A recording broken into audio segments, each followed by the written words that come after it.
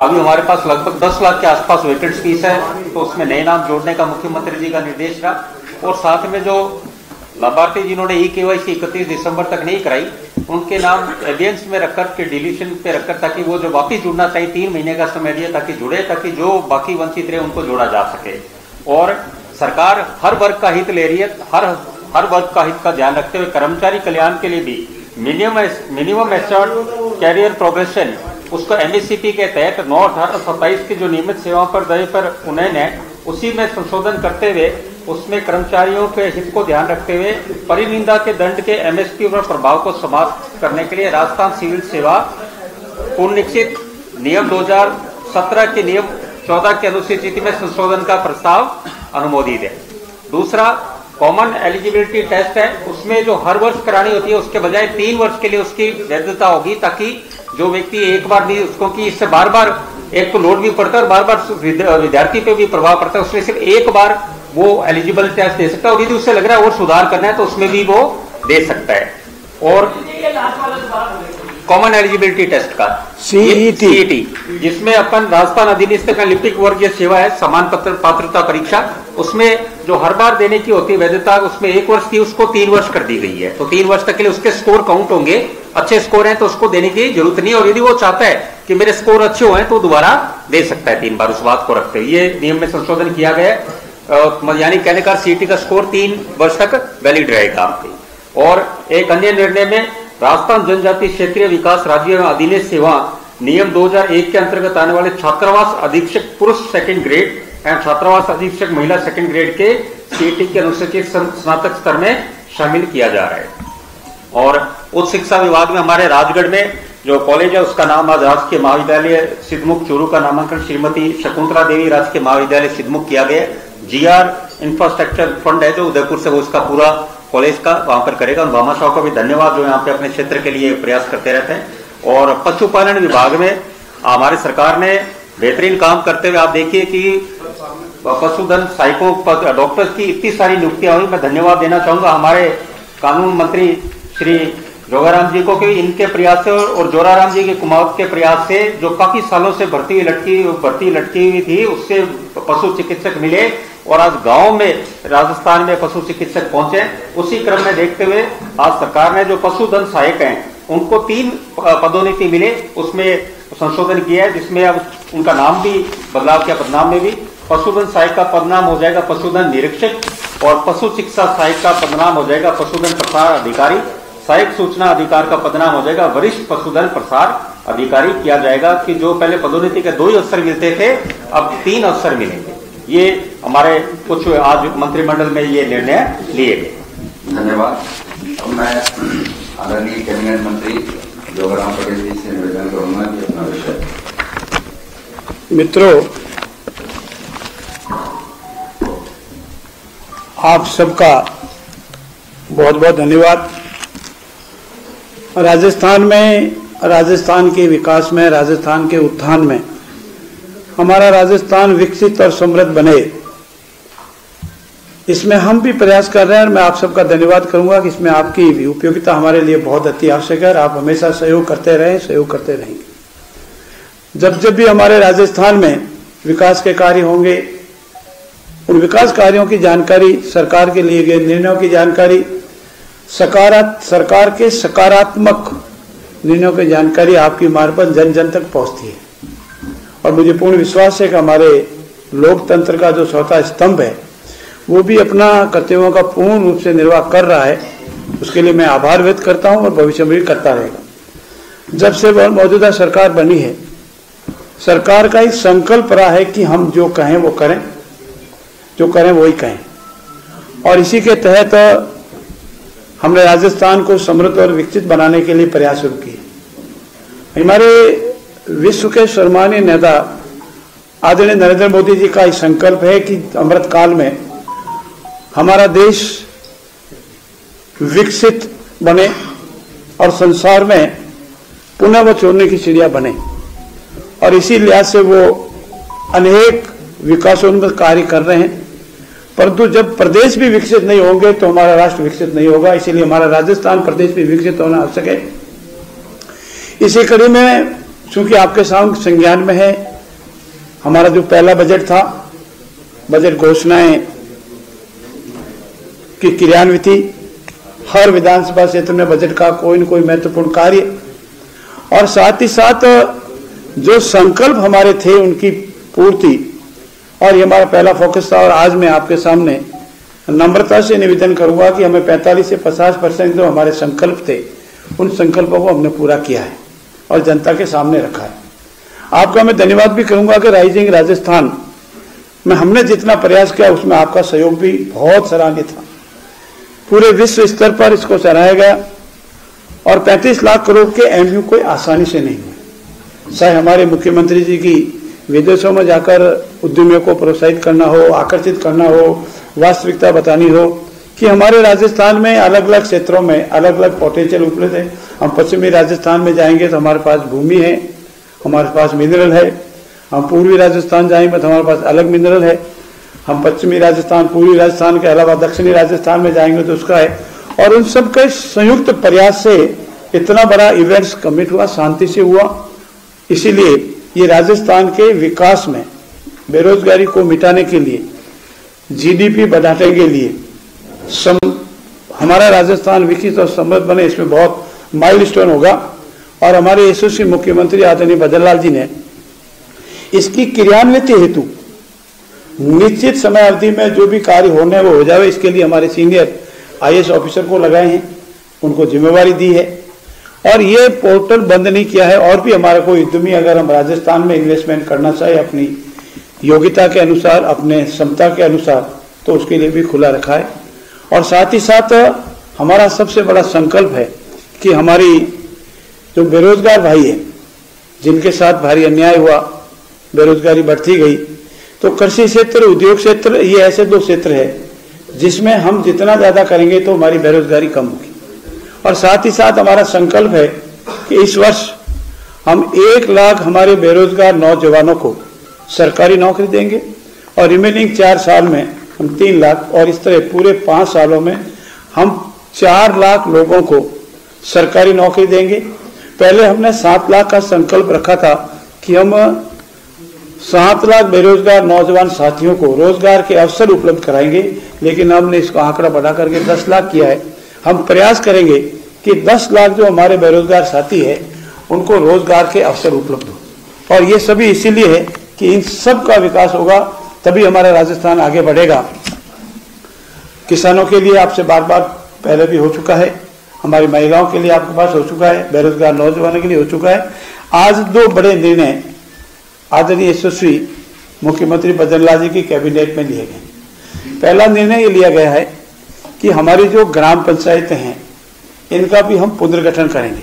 ग्राम पंचायतें, पंचायत समितियां और जिला परिषद, और इनके पुनर्गठन के लिए जो मोटे मोटे तौर पर जो आधार रखे गए वो आधार पहले थे उससे बढ़ाकर के राजस्थान को सामान्यतः 3 हिस्सों में बांटा जाता है।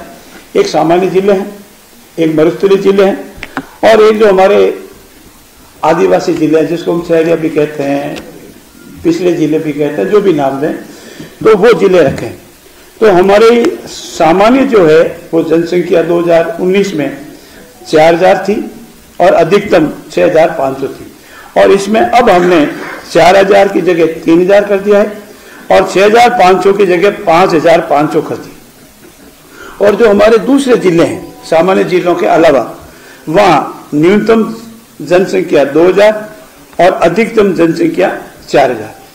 तो मरुस्थलीय जिला दूर दूर होते हैं तो जनसंख्या इतनी नहीं मिलती है, जैसलमेर, बाड़मेर वगैरह वगैरह, या हमारे आदिवासी क्षेत्र में जो हमारे जिले होते हैं या हमारी ग्राम पंचायतें होती है तो उसमें जनसंख्या दूर दूर मिलती है।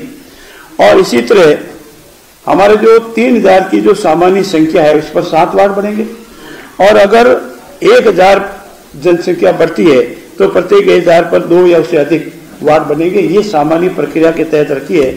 और हमारा ये भी निर्णय है कि हम धीरे धीरे कर इसकी एक निश्चित तारीख भी तय करेंगे। 20 दिन के अंदर अंदर जो भी अपने प्रस्ताव लाना चाहे वो प्रस्ताव जिला कलेक्टर के यहाँ पेश कर दे। जिला कलेक्टर उसको एग्जामिन करके 30 दिन के अंदर अंदर हमको सरकार को भेज दे।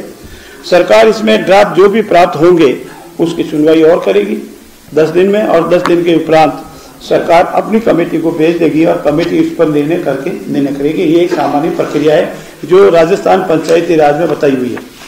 अब जहां तक पंचायत समिति का प्रश्न है, 2 लाख की जनसंख्या पर सामान्यतः एक पंचायत समिति है और इस संख्या को हमने अभी भी 2 लाख ही रखा है।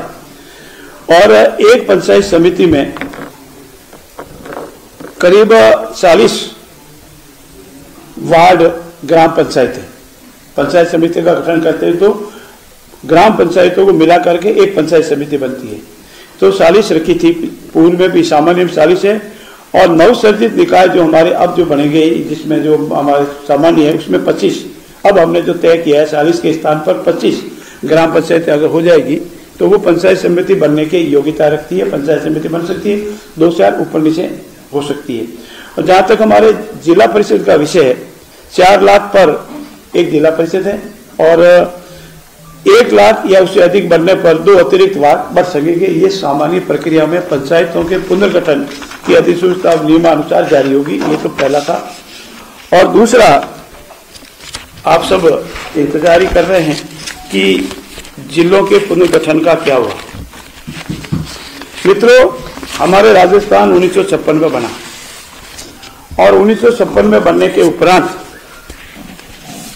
करीब लंबे समय तक सभी जिले हमारे यहाँ थे और 56 के बाद 2023 तक इस कालावधि में, ये कालावधि करीब लंबी 67 ईयर्स होती है, इसमें 7 जिले नए बने। और पूर्ववर्ती सरकार ने अपने कार्यकाल के अंतिम चरण में, जिसका मैं अभी आपके सामने विस्तृत निवेदन भी करूंगा, 17 नवीन जिले, 3 नवीन संभाग की घोषणा की और जिसके अधिसूचना 5 अगस्त 2023 को जारी की। आप सभी मित्र वाकिफ है कि हमारी जो पिछली बार ये जो घोषणा हुई थी चुनाव की आचार संहिता, इसके 1 दिन बाद ही लग गई थी। तो आचार संहिता से 1 या 2 दिन पहले नवीन जिलों और नवीन संभाग बनाने की घोषणा व्यवहारिक नहीं थी, ठीक नहीं थी। और इसके मोटे मोटे जो कारण हमारी कमेटी ने प्राप्त किए, आपको जानकारी है कि हमारा संकल्प था कि व्यवहारिक रूप में जो जिले हैं, वित्तीय संसाधनों की उपलब्धता है कि नहीं है, प्रशासनिक आवश्यकता है कि नहीं है, कानून व्यवस्था उससे ठीक होगी कि नहीं होगी और सांस्कृतिक सामंजस्य होगा कि नहीं, इत्यादि मोटे मोटे तौर पर ये बिंदु होते हैं। और इनको पूर्ण रूप से अनदेखा किया गया, जनसंख्या को अनदेखा किया गया। और आप पाएंगे कि सामान्यतः जनसंख्या अगर नेशनल एवरेज लें तो भी करीब 9 लाख के आसपास होती है, 9,50,000 के आसपास होती है। और अगर मरुस्थली जिले हैं, कुछ आदिवासी है तो 6 लाख, और बहुत ही कोई जैसे बहुत कई गंगटोक में चले जावे, बहुत छोटे छोटे हुए तो 4 लाख। ये जनसंख्या का क्राइटेरिया है। और सामान्यतः 6 या 6 से ज्यादा तहसीलें होनी चाहिए, या कोई और जैसे मैंने कहा शहरी क्षेत्र आदिवासी हो तो 6, और बहुत ही कोई हिंदुस्तान का बहुत छोटे छोटे हो तो 4 तहसीलें। ये मोटा मोटा क्राइटेरिया, इसमें कोई एक निश्चित मापदंड नहीं, लेकिन सामान्यतः एक क्राइटेरिया है। पूर्ववर्ती सरकार ने इनकी सबकी आगे की और आप देखेंगे कि 6 से कम, 6, 7, 8, 9, 6, 7, 8, 9 सामान्यतः तहसीलें होनी चाहिए। और अनेक जिले ऐसे आए जिनमें ये जनसंख्या नहीं थी। और बिना 4 बातें जो मुख्य रूप से मैं आपसे निवेदन करूंगा वो ये कि इतने जिले की आवश्यकता अगर होती, इसका परीक्षण किया जाता, वित्तीय संसाधनों की उपलब्धता की घोषणा की जाती, प्रशासनिक लवाजमा कहां से आएगा इतना एक साथ, उसका परीक्षण किया जाता, संभाग स्तरीय, जिला स्तरीय जो इंफ्रास्ट्रक्चर है, जिसको बिल्डिंग कहते हैं वगैरह, ऑफिस कहते हैं, वो बनेगा कि नहीं बनेगा, इन सब को अनदेखा किया। और 17 जिलों और 3 नव गठित पंचायत समिति संभागों की घोषणा की। और इसमें यह भी महत्वपूर्ण है कि इसमें न तो पद सृजित किए, न कार्यालय भवन की उपलब्धता को कोई सुनिश्चितता की, न विभागों हेतु बजट सुनिश्चित किए। तो जब आप पद सृजित नहीं कर रहे हो तो उस नवीन जिले में जाके कौन बैठेगा? अगर आप कार्यालय भवन की उपलब्धता नहीं है, उपलब्धता की व्यवस्था नहीं करो, टेम्परेरी करो, परमानेंट करो, जैसे भी हो, तो कैसे होगा? विभागों हेतु बजट अगर सुनिश्चित नहीं करोगे तो कहां से आएगा? पूरे जितने भी जिले बने उसमें से सिर्फ 18 विभागों में पद सृजन की अधिसूचना की, बाकी किसी में नहीं की गई। इसलिए हमारी सरकार ने आते ही एक तो हमारी मंत्रिमंडलीय उप समिति बनाई और हमारी मंत्रिमंडलीय उप समिति ने पाया कि ये जिले व्यवहारिक नहीं है, ये जिले जनहितार्थ नहीं है, ये जिले राजस्थान सरकार या राजस्थान राज्य पर अनावश्यक भार डाल रहा है। हमारी कमेटी ने यह भी पाया कि इन जिलों की उपयोगिता बिल्कुल नहीं है और बिना उपयोगिता, बिना संसाधनों के जिलों की घोषणा करना किसी भी रूप में ठीक नहीं है। जब 67 ईयर्स में 7 जिले बनते हैं तो एक हफ्ते में, 2 हफ्ते में या 1 महीने में 17 जिले बनाना किसी तरह से उपयोगी नहीं है। इसीलिए कमेटी की सहयोग हेतु, मंत्रिमंडलीय समिति की सहयोग हेतु हमने एक एक्सपर्ट कमेटी भी बनाई और सेवानिवृत्त IAS डॉक्टर ललित के पवार की अध्यक्षता में कमेटी बनाई। उन्होंने पूरे नवीन जिलों में जाकर के नेशनल के जो मापदंड है उस पर को, अन्य प्रदेशों में जिले बने उनको पूरी तरह से एग्जामिन किया और एग्जामिन करने के बाद उन्होंने भी ये रिपोर्ट दी कि नहीं, ये जो नवीन जिले बने हैं या नवीन संभाग बने हैं ये व्यवहारिक नहीं है, उचित नहीं है, राज्य के हित में नहीं है, उस जिले की जनता के हित में नहीं है, आम जी सामने से भी नहीं है। अनेक जगह विरोध हुए हैं, हड़तालें हुई है, धरना लगाए, इसीलिए उचित नहीं है। और इसीलिए सरकार ने यह निर्णय लिया है कि यह हमारी जो अविवेकपूर्ण निर्णय सरकार ने बजट के साथ साथ प्रशासनिक समस्याएं खड़ी कर दी और यही नहीं, आमजन ने अपने कार्यों को पहले जिलों के अनुसार कोई लाभ भी नहीं मिल पा रहा है। ऐसी स्थिति में हमारी सरकार ने तमाम परिस्थितियों को ध्यान में रखते हुए इस संबंध में समीक्षा करने हेतु जो हमारी समिति बनाई थी, हमारी जो एक्सपर्ट कमेटी बनाई थी, उनकी जो रिपोर्ट आई उनके आधार पर हमने तय किया है कि नवीन जिलों जो बनाए गए हैं उनको हम नहीं रखेंगे, उन जिलों की अभी आवश्यकता नहीं है और जो हमारे 3 संभाग बने हैं उनकी भी आवश्यकता नहीं है।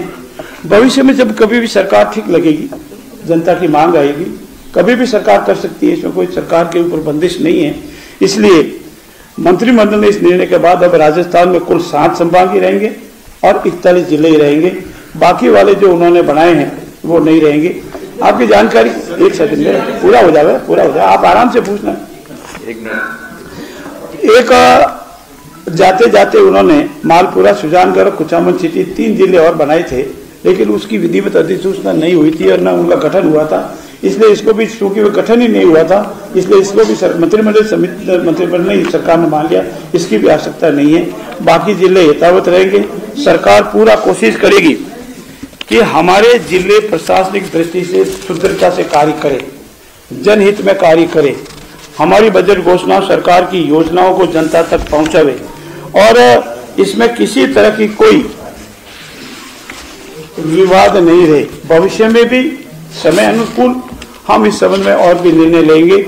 ऐसी स्थिति में ये जो हमारा जिलों के पुनर्गठन का जो विषय था वो आज इस समय मंत्रिमंडल समिति ने, हमारे मंत्रिमंडल में निर्णय लिया गया है कि नवीन जो जिले बने थे वो नहीं रहेंगे और जो 3 नए संभाग बने थे वो नहीं रहेंगे। नाम बता दो, मैं जो नाम बता, जो अभी खत्म किया उसका नाम बता। हाँ, नाम सुन लो। 8 नए जिले रखे, 8 जिले रखे जा रहे हैं।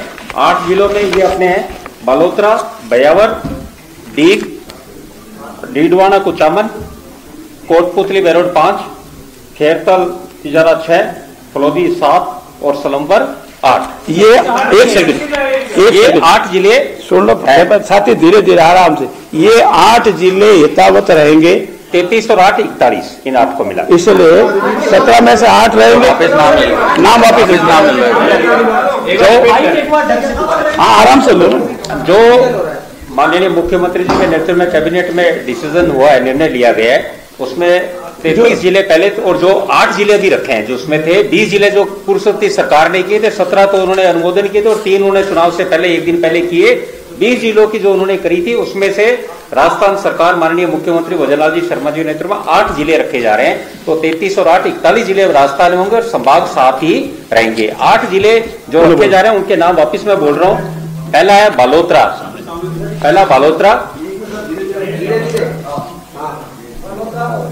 यथावत रहेंगे। पहला बालोतरा, दूसरा बयावर यथावत रहेगा, तीसरा डीग यथावत रहेगा, चौथा डीडवाना कुचामन यथावत रहेगा, पांचवा कोटपुतली बेरोड यथावत रहेगा, छठा खेड़तल तिजारा यथावत रहेगा, सातवां फलोदी यथावत रहेगा, आठवां सलुम्बर यथावत रहेगा। और 9 जिले जो चाहे तो मित्रों, बाकी वाले रिमेनिंग 9 जिले आपको पता ही है, नाम शायद वो भी बता सकते हैं। हाँ, नाम बता दो। जो जिले अब नहीं रहेंगे उनके नाम। ठीक है, मेरा इसमें निवेदन है कि ये प्रशासनिक तंत्र को विधिवत करने, प्रशासनिक तंत्र में सुधार करने, प्रभावी बनाने, राजस्थान को समृद्ध और विकसित बनाने के लिए सभी पहलुओं पर विचार करने के उपरांत सरकार ने निर्णय लिया है और सरकार के निर्णय के अनुसार हम कोशिश करेंगे कि हमारे सारा प्रशासनिक तंत्र तुरंत कार्रवाई करे, हमारा राजस्थान समृद्ध और विकसित बने। आप सबका बहुत बहुत धन्यवाद। सर, ऐसा ही एक मिनट सवाल के लिए 3-4 सवाल लिए जाएंगे समय की उपलब्धता के वो देखते हुए। तो पहले गोल्डन जी आपने चालू किया था एक सवाल। सर, एसआई भर्ती को लेकर लंबे समय से चर्चा चल रही थी और कमेटी की रिपोर्ट भी आ चुकी है। कैबिनेट में क्या डिसीजन हुआ एसआई भर्ती को लेकर? आज के कैबिनेट में एसआई भर्ती का एजेंडा नहीं था और न हमारा आपके समझ को विषय है। इसमें न्यायालय में मामला विचाराधीन है और इस पे ज्यादा कमेंट्स, न्यायालय में जो मामले लंबित होते हैं उस पर नहीं किए जा सकते। धन्यवाद। कोर्ट ने सर ये पूछा है कि आप इस पे फैसला कर दीजिए, चाहे यस या नो में, तो उसका बात है कि देखिए कोर्ट ने क्या पूछा, हम क्या जवाब देंगे, ये न्यायालय से संबंधित विषय हैं, इसको पीसी में नहीं कहा जा सकता। ये यथा स्थान पर यथा जवाब दिया जाएगा। धन्यवाद। तमादों पर बैन हटने का सब कुछ एजेंडा रखा था या विचार हुआ अनौपचारिक रूप से? तमादों पर बैन हटने का, तबादलों पर बैन हटने पर भी सकारात्मक विचार किया गया है और आपको शीघ्र इसकी जानकारी मिल जाएगी। सर, ये चुनाव आप मुकेश मैडम चुनाव एक साथ करवाएंगे नगर पालिका निकाय पंचायतों से या क्या रहेगा?